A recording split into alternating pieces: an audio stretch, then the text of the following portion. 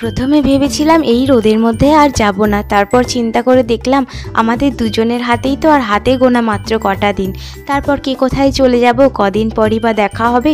আর here তো আজকে জন্মদিন, ওর মনে কষ্ট দিলে হয়, তাই চলে এসেছি। এসে দেখি বড় মামিমা রান্না করছে, হিয়া আর জুনু বসে বসে গল্প করছে আর আমার ভিডিও দেখছে। আমার তরফ থেকে কিছু গিফট হিয়াকে দিয়ে দিলাম, তারপর ওপরে এসে দিম্মা দাদুকে প্রণাম করে নিল। বহুদিন আগে ঝুনুর সাথে হাঁটতে গিয়ে এই পুতুলের আবদার করেছিল, সেটাই ঝুনু মনে রেখে হিয়াকে দিয়ে দিয়েছে। হিয়া তো দারুণ খুশি।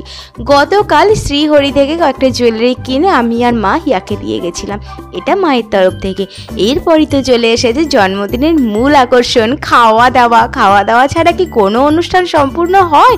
পোলাওটা আবার হিয়া বানিয়েছে, বাকি সব রান্না মামিমা, কিন্তু পোলাওটা সত্যি দুর্দান্ত হয়েছিল। এর স্বাদ মুখে লেগে থাকার মতো। দারুণ দারুণ দুর্দান্ত।